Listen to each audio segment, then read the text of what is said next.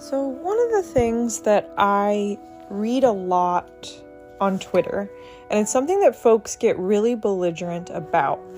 I often read the quote that it's not true, that's not reality, that you can't love someone else until you love yourself. A lot of people will fight you on this, and I'm not here to be correct, I'm not here to be right.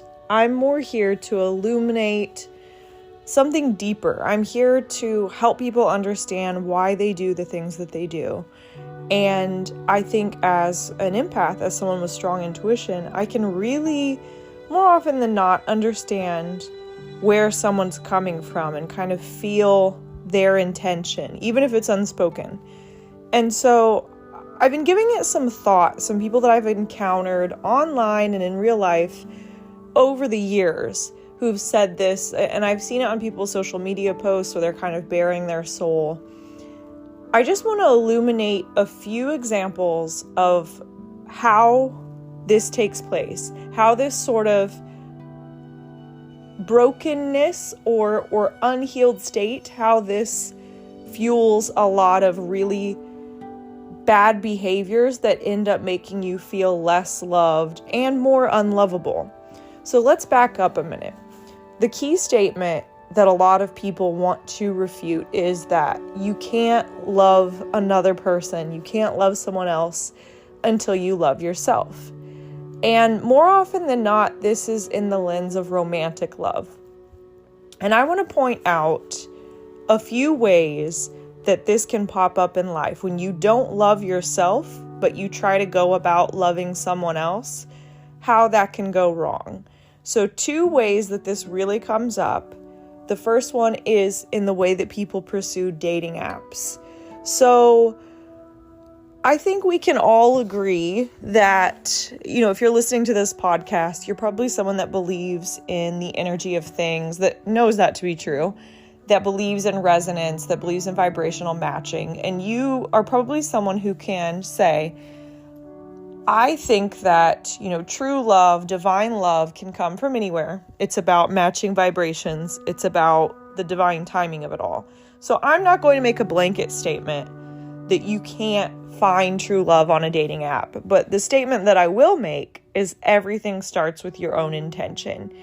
And if you're out here with any amount of reluctance of, am I really lovable or not? Am I really someone that people want to date? Am I someone people want to give attention to? Am I desirable? Am I, any question that's really you trying to have your worth or your lovable quotient assessed and appraised by outside people so that you can then accept it and love yourself on that level and find yourself that worthy. Anytime you set out on that foot, you're going to need to be prepared to find a lot of toxic behaviors that are from others that are latching on to that energy that you're putting out, because you're moving in an uncertain, unworthy, am I lovable, maybe I'm unlovable sort of questioning energy. So the people that are going to match with you are people who are also, surprise, surprise, feeling that way about themselves.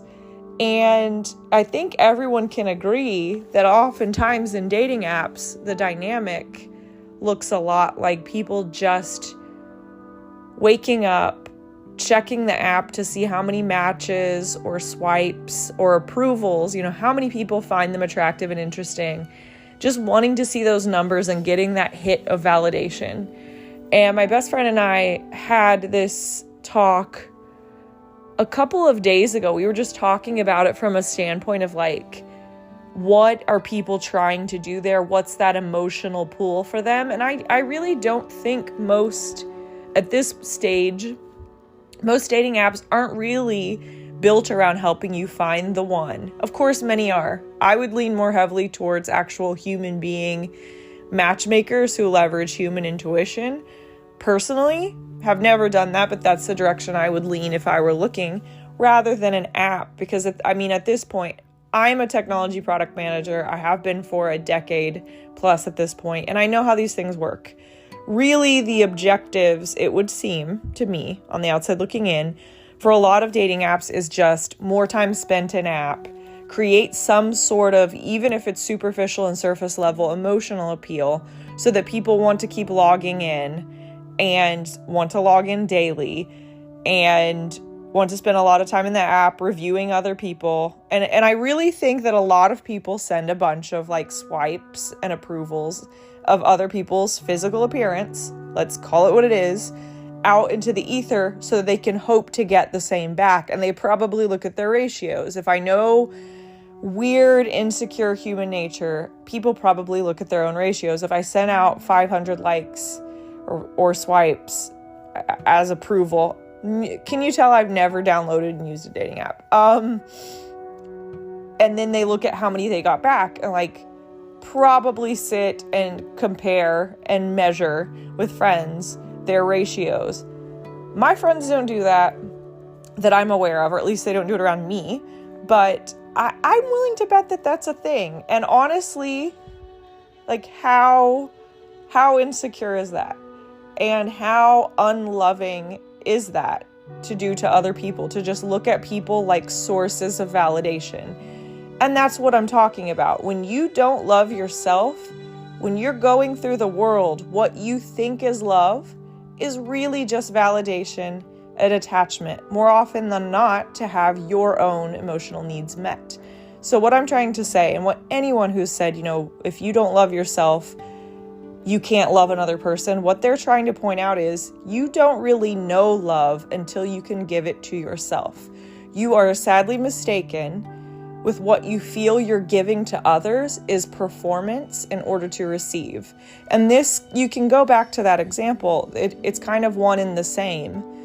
People who don't love themselves but look for external relationships and look to get into relationships to receive love and perhaps to give something akin to love, those people are just like the people who are going out swiping to try to get swipes back. It's really just like a validation echo chamber.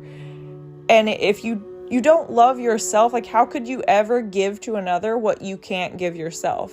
How do you even know it's love that you're receiving if you can't even give it to yourself? And in this instance, what you're giving is often performance of what they call, social psychologists call covert contracts, meaning you do nice things, do kind gestures, perhaps clean up after a partner, leave little love notes, cook them meals that were never asked for, buy them little gifts and things, all in order to try to receive. So your covert contracts weren't actually loving or nice or kind. It's you doing things that you've convinced yourself are nice and kind and loving in order to receive. You were always more about receiving from your partner than you ever were about actually giving, which is the big overarching statement as to why you can't ever love someone outside of you if you don't love yourself. Because only when you love yourself and you are all that you need and you give yourself all of that love, will you then just relax into a state of just wanting to share and give. And when two givers are together in relationship, so many beautiful things happen because it's a perfect circuit. It's not this give and take, which can become toxic. It's a perfect circuit of I enjoy giving to you, you enjoy giving to me, and the way you give to me fills my cup so that I can give to you. It's not really give and take, it's more give and give. And like I said, that's why I continue to say circuit. And so then, like we said, there's a few ways that this shows up, but the dating app arena is one of the key areas that it shows up.